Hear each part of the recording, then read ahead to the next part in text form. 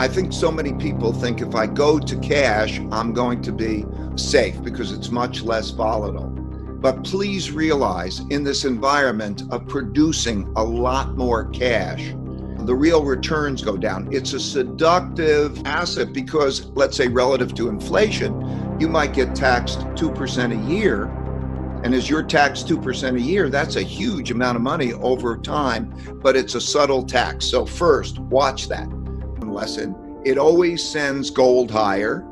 So when we're looking at this, we're going to also see, I think, the rise of the increased importance of China's renminbi as a currency. It's got a long way to go before it's going to be a reserve currency. But I think that one of the important things to see is that you're going to see favorable capital flows for China.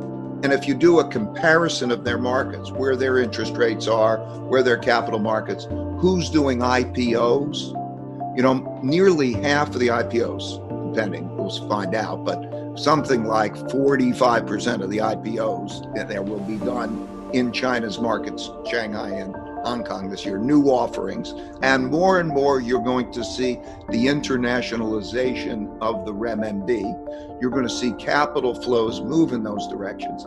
And those kind of analogous movements have repeated through history. And so I believe when I look at that, and then if I narrow down to investing, those would be kind of the main headlines that I'd like to pass.